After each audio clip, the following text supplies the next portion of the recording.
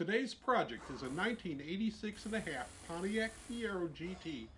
The car won't start due to water in the gas, so it's time to pull the tank and drain it, and repair the fuel sending unit while I'm in there.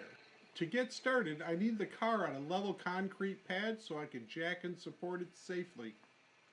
My tow truck for this nearly 3,000-pound job is my over-tuned zero-turn lawnmower, and it makes the job look easy.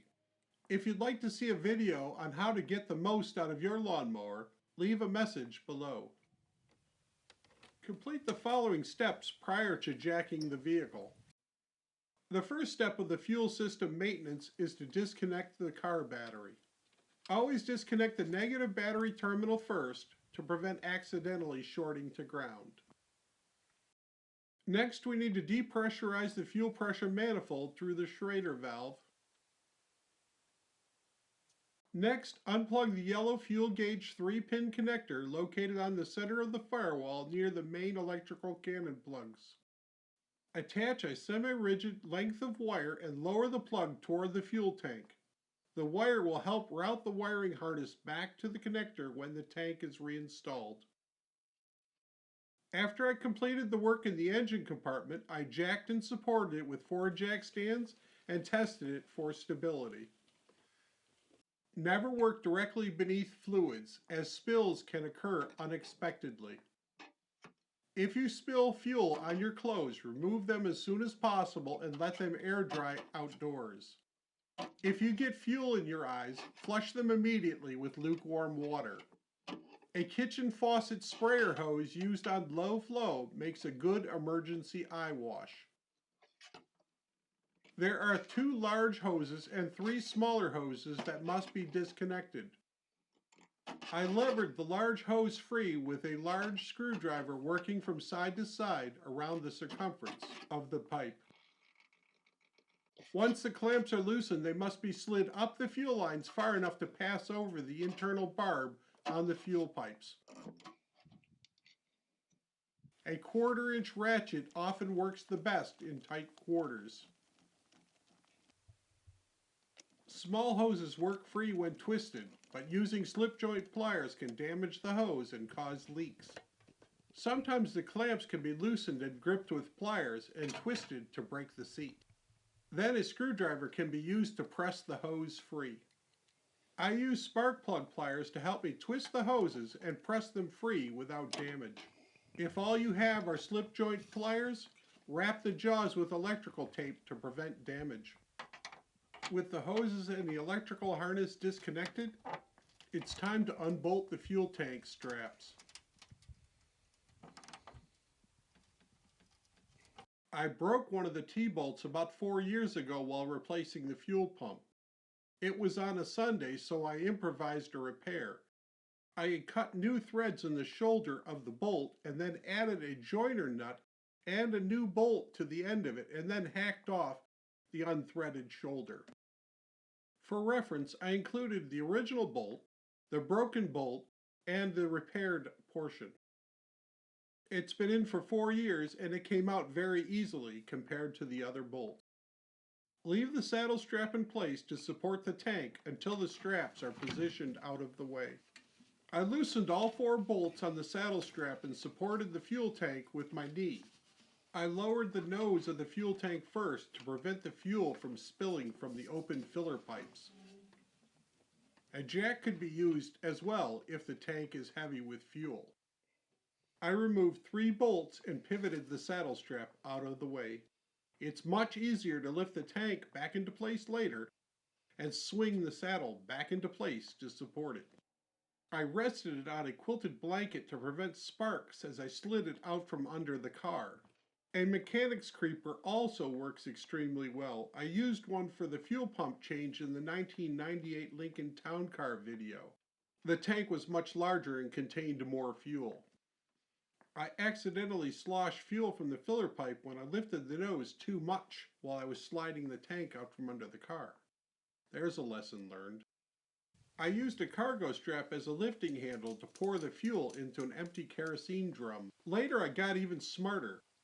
I rested the tank on a gorilla bench and let gravity carry the fuel away as I lifted the nose of the tank. With the tank drained as much as possible due to the tank baffles, I tapped on the locking ring and removed it. The sending unit is fragile and expensive and must be removed slowly and methodically to prevent damage. With the sending unit resistor removed, I cleaned the corrosion from the float arm contact wiper with steel wool. The float arm pivot is worn and sloppy and appears to be the cause of my bouncing fuel gauge. To tighten it up, I added tightly twisted rust-resistant nickel wire to the pivot and the plastic float arm support clip. To test my repair, I plugged the sending unit into the connector at the top of the engine compartment and reconnected the battery and turned the key to the run position. I looked through the rear window as I moved the float lever from full to empty. The gauge still bounced erratically in certain positions. My repair had failed. The resistor is made of fuel-resistant plastic and a coil of fine copper wire. The plastic had softened and warped over decades of being submerged in fuel. It was too soft and wouldn't maintain the correct shape. Because the contact point is the edge, I cut a thin strip of clear plastic from a beverage container and peeled off the vinyl label, leaving just the adhesive. I adhered the strip to the face of the resistor and then reinserted it and tested it again.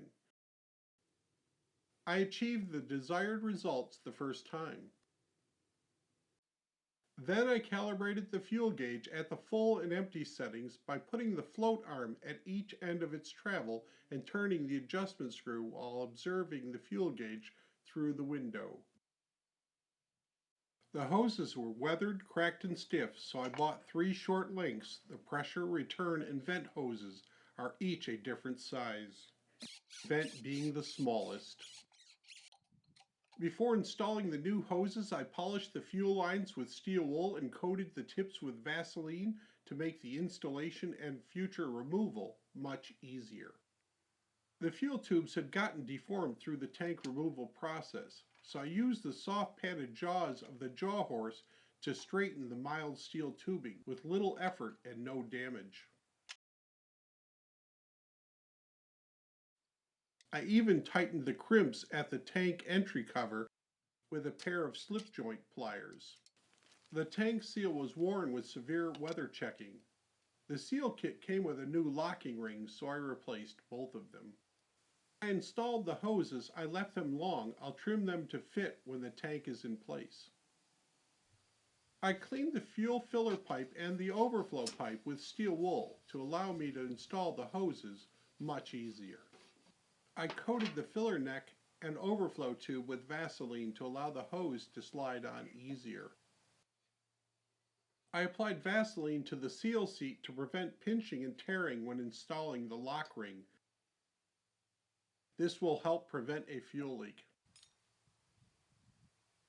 Next, slip the sending unit carefully into the fuel tank, being mindful of the resistor assembly.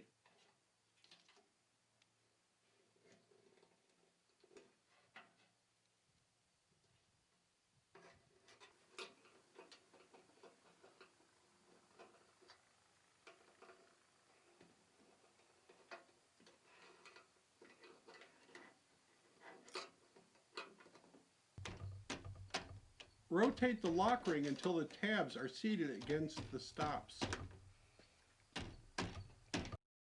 Notice the routing of the harness. This will reduce vibration and chafing in the tunnel. To gently persuade the fuel lines into the rubber support and into proper alignment, I used a cargo strap. Lay cardboard or a blanket on the ground and slide the fuel tank under the car.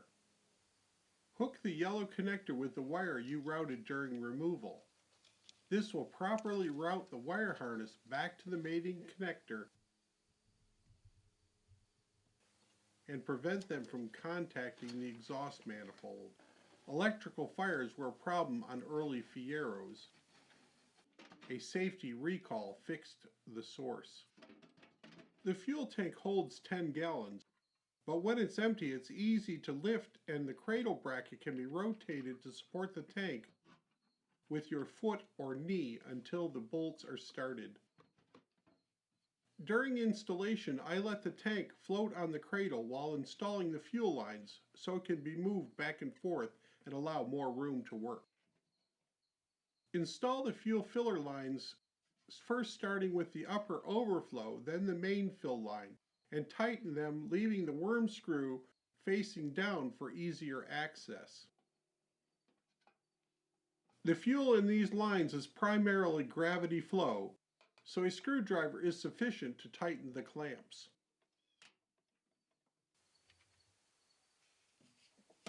Next, I trimmed and connected the pressure, return, and vent lines and tightened them securely.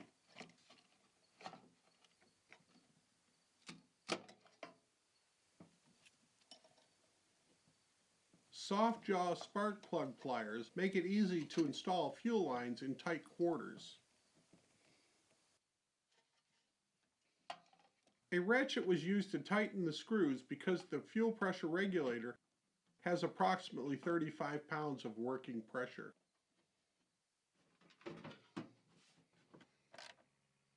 Now tighten the saddle strap and install the fuel tank straps.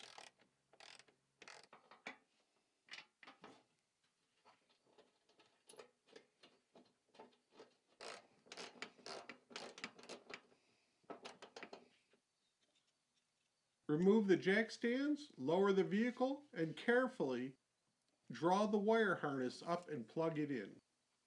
Next, reconnect the negative battery cable. Because I removed the fuel tank to purge the contaminated fuel, my next step was to remove all 6 spark plugs and cycle the engine to expel any fuel from the cylinders.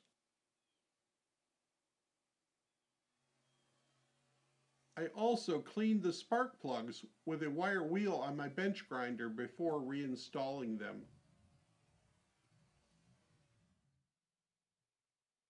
It's very important to perform a proper leak check while refilling the fuel tank. The first step is to check the fuel filler pipes for leakage.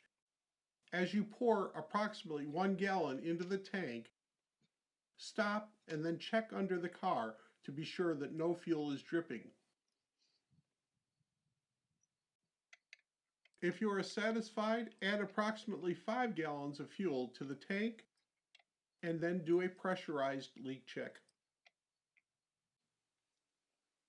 Turn the key to the on position, the fuel pump will cycle for approximately 30 seconds and then turn the key off. Once again, check under the car near the fuel tank for leakage, then check the fuel pressure manifold at the Schrader valve. If you do not see or smell any fuel, start the car and check the fuel gauge. Thank you for watching. Leave your comments below. Questions and suggestions are always welcome.